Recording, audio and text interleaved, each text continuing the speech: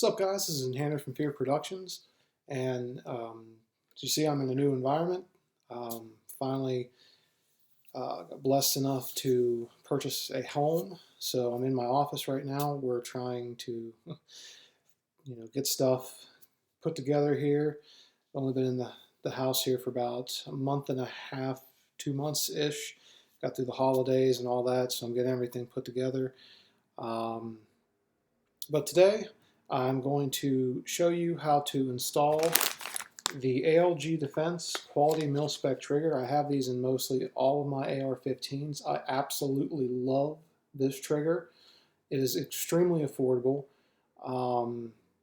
I think it comes in, depending on where you get it from, around like 45 bucks, and they also make another one that's like, I want to say 55 or 60.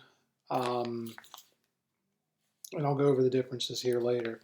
But this trigger is awesome for the price, guys. Run it in all my ARs. I got this one for Christmas. It was a Christmas gift from my parents. And it's going to go in... I was originally going to put this in my ACR. I haven't done enough research yet. I haven't looked at it enough yet to know if it'll actually drop in the ACR. I'm not sure if the trigger pack in the ACR can take a standard AR-15 trigger, but that being said, it's going to go in my M16, A1, A2 hybrid clone, whatever you want to call it, my retro AR-15. The trigger that's in it now, actually, for the stock trigger, it's not bad, but it's not that. It's not the ALG Defense Trigger. So I'm going to take this out to my workshop. I actually have an outbuilding now that is perfect for all my builds. I have my workshop set up out there now. A vise, it's cool. You guys will see it here in a second. But I'm going to take this out. We'll get it propped up. And the installation for this trigger in particular is exactly the same as like if you were going to build a standard AR-15 and you were dropping in a normal trigger from like a CMMG kit or a BCM kit, an Anderson kit, whatever you buy that comes with a standard mil-spec trigger, it's going to be the same installation for that. So if you're needing to know how to install the trigger, and you were hung up on that for whatever reason, you come across my video, I'm going to show you how to put it in the lower receiver right now. So let's head out to the workshop and we'll put this trigger in, and I'll show you how it's done. See you in a minute. Okay, guys, we're here in the workshop. We're going to go ahead and install the QMS trigger. Make sure the rifle is unloaded, which it is. We're going to go ahead and separate the upper receiver from the lower. We'll let that hinge down, but we're going to actually separate the two. So let's go ahead and take the upper receiver and we're going to set that aside.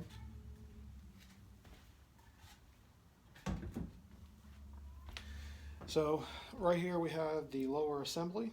I'm going to go ahead and put the pins back in. I'm going to pause the video and realign the tripod to get a closer view, get my punches and everything I'll need, and we'll be right back. Okay, guys, we're now ready to remove the old trigger. First thing we have to do is take off the grip and remove the safety. A few things to note here. You're going to need roll punches, or what I'm using here is a 1/8 inch. What I would recommend is going on Amazon, getting you a nice little kit like this. I think I paid like 12 bucks for that. Really nice, comes with a bunch of different sizes. Also getting a nice long T-handle set of Allen keys. I think, again, off Amazon, I think it was like $12.99. A magnetic tray. Very, very nice. I have recently discovered Harbor Freight. If you guys have those in your area, check them out. Really nice hardware store. And a hammer with a rubber mallet. So that being said, let's go ahead and remove the grip. And I just realized I didn't put my original Colt grip on here. I'm going to have to do that here in a little bit because I want the original Colt hardware on here. But anyway, I digress. Let's go ahead and remove the grip. Slowly remove the screw because there's going to be a spring and a detent in here that holds your safety in that sits inside the grip. So you're going to want to do this slowly so you don't lose either of those because they are very small. So once you get the screw loosened up, just slowly take the grip off. And as you can see, I just dropped the spring, but thankfully it did not go far. And as you can see, it's a small guy right there. I'm going to put it in the magnetic tray so I don't lose it. The detent looks like it is still captive in the lower receiver, so we're good. And now the safety should just come free. Go ahead and put that in the magnetic tray as well. Now, when I flip this around here, the detent's going to fall out, so I'm going to make sure that doesn't happen because I don't want to lose that. We'll flip it around. That detent should just fall right out. There's the detent right there. I'm going to put it in the magnetic tray as well. I love that thing. Alright, so now we are ready to disassemble the trigger mechanism, fire control group, get it out of there to put the QMS in. So let's get our punch. Now one thing you want to make sure of, this hammer is under extreme spring tension. So you don't want to just pop this pin out because that hammer is going to fly out. And trust me, when I started building ARs, I learned the hard way and got hit in the head with a hammer. It hurt really, really bad. There was blood. So I'm going to go ahead and release it from the disconnector and let it slowly, don't just let it smack up against here because it can do damage. Sometimes you can just push the pin out, but in this case we're going to go ahead and just slowly let your roll pin punch go all the way through to retain your hammer so it doesn't go flying out. And now we can make sure your hammer's held, remove the roll pin punch, set it aside, and slowly remove your hammer. There it is right there. Orientation of that is very important when you go to put the QMS or any normal trigger in. You want to make sure it looks like that because when you set it in here, well, you'll see in a second, these springs have to be setting rearward, but we'll go ahead and set the hammer aside. Now we're ready to take out the trigger and disconnector. This one, I don't think I should need the hammer for. It should just pop right out. Yeah, and there's your trigger pin. And we'll go ahead and there is very, very slight spring pressure on the disconnector and on the trigger assembly itself. So we'll just push it down with our thumb, remove the roll pin, and pull the trigger mechanism out. And with the trigger mechanism you have the trigger spring, the trigger itself, the disconnector, and the disconnector spring, which is housed in the trigger assembly. Sorry, I actually can't see the camera, so if this is kind of wonky, I'll keep looking down to make sure I'm getting it in the camera. So that's pretty much the gist of it. So we're going to reverse the process to install the QMS. Alright, so I failed to mention before, I bought the QMS, or I buy mostly all my parts from Primary Arms. Love the website, great guys there. If you haven't been there, primaryarms.com, will put the link in the description. Check them out. Great prices, great people, excellent customer service. Check them out. So in the box, I got the QMS. And this is new. I haven't had a order from them that came with one of these before. And I'm probably going to get it all dirtied up because my hands are all oily from the gun parts. But they included a a zeroing sheet. Check that out. That's pretty cool.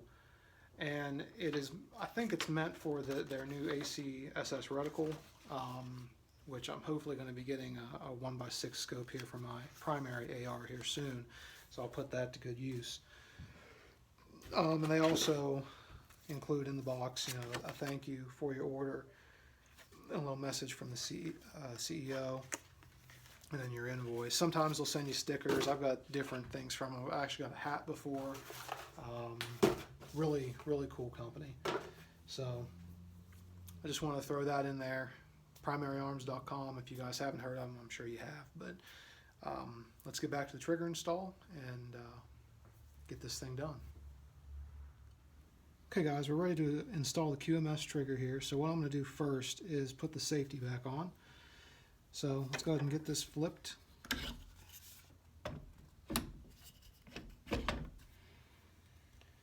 And go ahead and put the safety in. Oops, put it upside down. Don't want to do that. Safety in, and let's get your detent. Put it in. Make sure it is in all the way. Also make sure your safety is in the upward position or the fire position. Let's get your safety spring, or grip spring, and I'm going to go ahead and actually put it in the grip. It just captures more of it. It's easier this way. And go ahead and begin putting your grip back on. Make sure that it doesn't bend or do anything funky, because that can screw up your safety. And let's just reinstall the grip here really quick.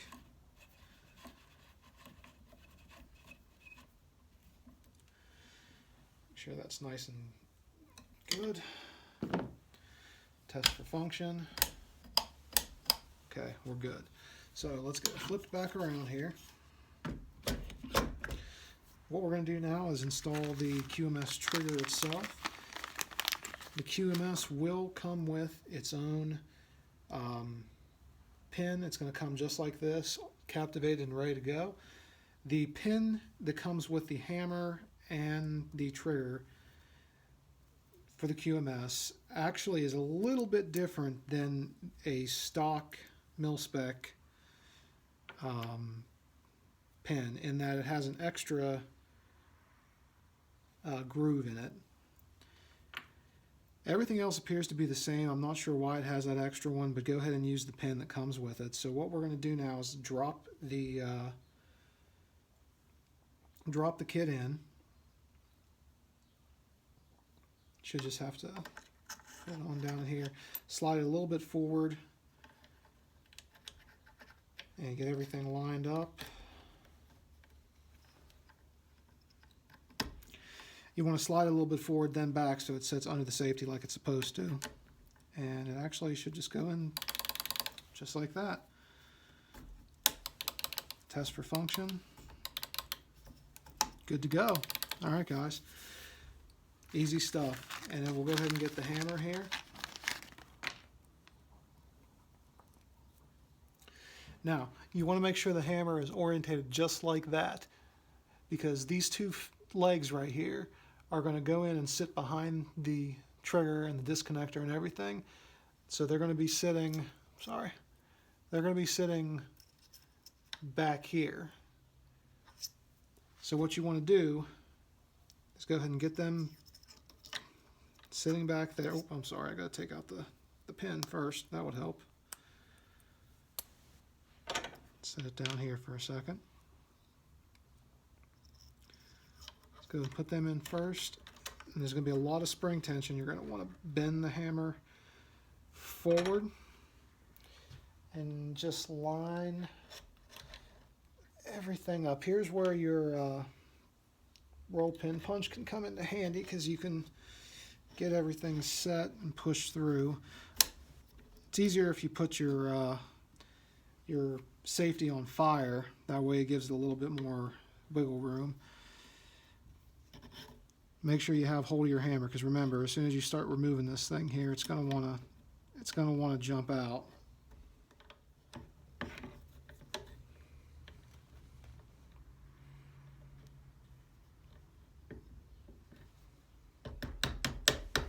There we go.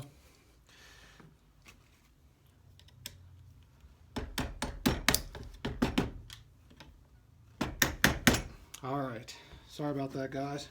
I should also mention that the QMS kit will come with this little set pin, so you can put it in either side, but I think it's just easier to use the roll pin, so you can actually stick it all the way through. And anyway, make sure everything looks good on the inside.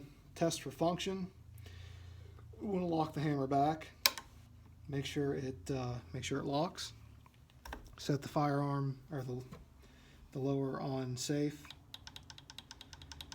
Will not fire. Let's set it back on fire. Now don't let it fire and slam up against here. You don't want it to do that. So slams up against the bolt catch, that's a bad thing. Push the trigger. It works. Hold the trigger back. It latches.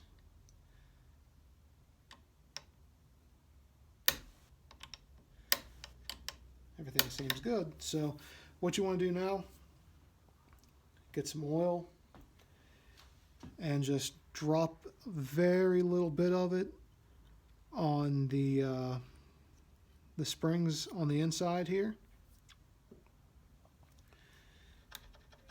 Move it around a little bit. Get it. Okay, well, with the QMS installed, I'm going to go ahead and do a function check on the rifle. Rifle is obviously unloaded, so we're good to go there. So let's go ahead and do a trigger check. Switch from safe to fire. Much nicer. Make sure it resets. Resets, and let's make sure safety works just well as well. So there we go, guys. Installation of the QMS trigger, also means quality mil-spec trigger. I will put a link down below to Primary Arms. Guys, check them out. Like I said, they do make another trigger. It's a little bit different than this one. I think it's a little bit more expensive. There's a little bit of a difference. I'm not exactly sure what the difference is. I know the trigger is, this one is obviously your standard mil-spec color, you know, Parkerized. The other one is, I believe, silverish. I don't know if there's a difference in trigger pull. I know this one, give me a second. Sorry if you hear some background noise. The house, our house, there's a house next to us, and then there's a gas station, and then there's a Chevy dealership. And we're on the main street here, the city that we moved to, so you hear some background noise, that's what you're hearing. It says you could expect a minimum of 5.5 pounds. Generally the pull weight is around 6.5, so it adjusted around that for the QMS. I believe the other one is you can expect a little bit more closer to the 5.5 pound range. This one fills about 6 pounds. My primary AR, I've used it so much, it feels more about 5-ish, a little bit more than 5 pounds, and then I have one in my SIG 716 that fills about 5.5, maybe 5 3/4 pounds. I don't have my Lyman trigger gauge yet. That's on my list of things to get, but when I do, I'll take all 3 of those firearms out and I'll test each of them to see what I'm getting. I'm also going to buy another one of these. If I can put it in my ACR, I'll put it in my ACR. If not, I'll put it in one of my other ARs that I have. But hope that you found this informal. I will put a disclaimer in the video. This whole process probably took me an hour and a half-ish, because this stock trigger that I took out of this, I can't remember if it was an Anderson trigger or what it was, but it was actually much longer. The base of the trigger was much longer than any standard mil-spec trigger that I have worked with. You see how the tail of that trigger, it's much longer than any of the mil-spec triggers that I have, which prompted me to have to take the grip off first. So I'll put a disclaimer at the beginning of the video too. You may not have to take the grip off your AR-15 to install and to take out your trigger and install the QMS. May or may not have to. To put the QMS in, like you saw I put the safety in and slipped the QMS right in. If I remember correctly, in my primary AR, which is a Smith & Wesson MP15, I did not have to take the safety out of it. I don't think I had to take the safety out of my SIG 716 either, but it's been a while since I've installed those. I could be wrong. Forgive me. Memory's fuzzy on that, but that tail on that trigger was much longer, so I had to take the grip off and the safety out in order to put the QMS in on this particular example. I digress. I hope you enjoyed the video. Please feel free to leave comments. Be respectful. I will answer as I get a chance. Subscribe. I know the firearms videos, I have a mixture of firearm and paintball. I will be bringing more paintball videos this year. We have a lot of games we're going to be attending. And if you have noticed my paintball videos, my paintball gun actually looks just like this. It's a Tippmann TMC, and it is also mag-fed. So the only thing that, I guess the only thing you can really distinguish between the two is I have an airline running off the grip of mine. But they really look similar. I modeled my TMC after this gun. But check those videos out, and hope you guys have a great day. Thank you for watching if you made it this far. If not, that's great. But again, thank you for watching. We'll see you guys again soon.